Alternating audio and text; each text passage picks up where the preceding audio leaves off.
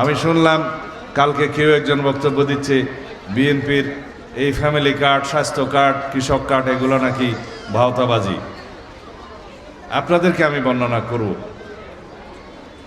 আমাদের একটি নীতি আছে, সেই নীতি হচ্ছে সবার আগে বাংলাদেশ। সমস্ত কর্মকাণ্ডে দেশে বিদেশে আমরা এই নীতি অনুসরণ করব যে বাংলাদেশের স্বার্থই আমাদের উপরে, বাংলাদেশের স্বার্থই আমাদের সবচেয়ে উপরে রাখতে হবে, সমুন্নত রাখতে হবে। সেটা বিদেশ নীতি হোক, আমাদের দেশের নীতি হোক, উন্নয়ন কর্মকাণ্ড হোক, সকল ক্ষেত্রে আমাদের পরিকল্পনা আছে। আমাদের নেতা জনাব তারেক রহমান বলেছেন, আই হ্যাভ এ প্ল্যান। এই দেশের জনগণের জন্য, এই দেশের জন্য। সেই পরিকল্পনার ভিত্তিতে আমরা কর্মসূচি নিয়েছি। সেই কর্মসূচিরই একটি অংশ হচ্ছে ফ্যামিলি কার্ড। যারা দরিদ্র সীমার নিচে বাস করে সেই সমস্ত পরিবারের জন্য প্রতি পরিবারে একটি করে আমরা কার্ড দেব, তার নাম ফ্যামিলি কার্ড। তার মালিক হবে আমার মায়েরা, যারা সেই পরিবারের প্রধান মহিলা কর্ত্রী। তার মর্যাদা বৃদ্ধি হবে, সম্মান পাবে, অর্থনৈতিক সচ্ছলতা আসবে, নিরাপত্তা বৃদ্ধি পাবে, সামাজিক সুরক্ষা পাবে এবং তার সন্তানরা শিক্ষিত হয়ে দেশের সম্পদ হিসেবে গড়ে উঠবে।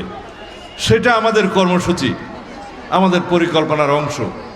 আমরা বলেছি স্বাস্থ্য কার্ড দেব দেশের প্রত্যেক নাগরিকের হাতে।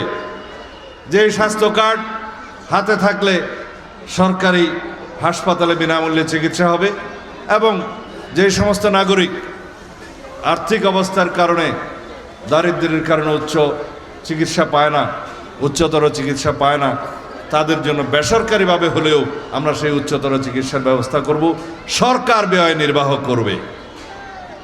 সেটা আমাদের স্বাস্থ্য কার্ড। আমরা বলেছি কৃষকদের জন্য কৃষক কার্ড দেব। সে আবহাওয়া রিপোর্ট পাবে, কোন মৌসুমে কি আবাদ করতে হবে, চাষ করতে হবে তার সংবাদ পাবে, কৃষি লোন পাবে এবং কৃষি উপকরণের সমস্ত কিছু ন্যায্য মূল্যে পাবে, বীজ, সার, কীটনাশক সহ সকল কিছু ন্যায্য মূল্যে পাবে। সমস্ত উৎপাদিত দ্রব্য বাংলাদেশে বাজারজাত হবে, সংরক্ষণ হবে পচনশীল দ্রব্য।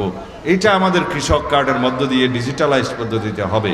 কৃষকের মেরুদণ্ড শক্তিশালী হলে বাংলাদেশের অর্থনৈতিক মেরুদণ্ড শক্তিশালী হবে। এই আমাদের কর্মসূচি, পরিকল্পনা। আমরা বলেছি শিক্ষা ক্ষেত্রে বৈপ্লবিক পরিবর্তন সাধন করব ইনশাআল্লাহ। আমরা চাই না আমাদের সন্তানরা শিক্ষিত বেকার যুবক হিসাবে, যুবতী হিসাবে ঘুরে বেড়াক। আমরা চাই তাদের হাত দুটো কর্মক্ষম হাতে পরিণত হবে, প্রশিক্ষিত হাতে পরিণত হবে। তারা প্রাথমিক বিদ্যালয় থেকে মাধ্যমিক এবং উচ্চ মাধ্যমিক পর্যন্ত বাংলা ইংরেজির পাশাপাশি আর একটি তৃতীয় ভাষা শিখবে বাধ্যতামূলকভাবে, যাতে করে তারা দেশে এবং বিদেশে তারা তাদের কর্মসংস্থান খুঁজে পায়। সেটা পৃথিবীর বিভিন্ন দেশে আছে। সেকেন্ড ল্যাঙ্গুয়েজ, থার্ড ল্যাঙ্গুয়েজ শিখতে হয়। আমরা বলেছি তাকে খেলাধুলা এবং সংস্কৃতির চর্চা বাধ্যতামূলকভাবে অংশগ্রহণ করতে হবে, যাতে করে আমরা একটা সুস্থ এবং স্বাভাবিক জাতি পেতে পারি। এবং সর্বোপরি আমরা বলেছি প্রত্যেক শিক্ষার্থীকেই কারিগরি প্রশিক্ষণ নিতে হবে দ্বাদশ শ্রেণী পর্যন্ত, যেখানে তার নিজের কর্মসংস্থানের জন্য, আত্মকর্মসংস্থানের জন্য সে কারিগরি প্রশিক্ষণকে কাজে লাগাতে পারবে এবং দেশে অথবা বিদেশে তার কর্মসংস্থান খুঁজে নিতে পারবে। বিদেশে গেলে সে দক্ষ জনশক্তি হিসেবে রপ্তানি হবে।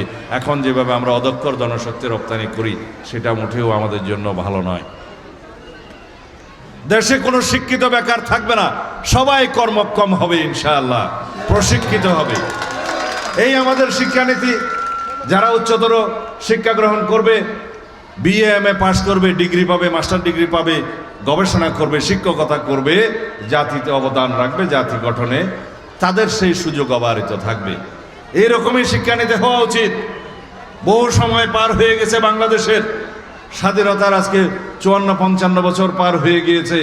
আমরা এখনো প্রশিক্ষিত, শিক্ষিত, দক্ষ জাতি গঠন করতে পারিনি। কিন্তু আমাদের সেই পরিকল্পনা নিয়ে আমরা এগোচ্ছি।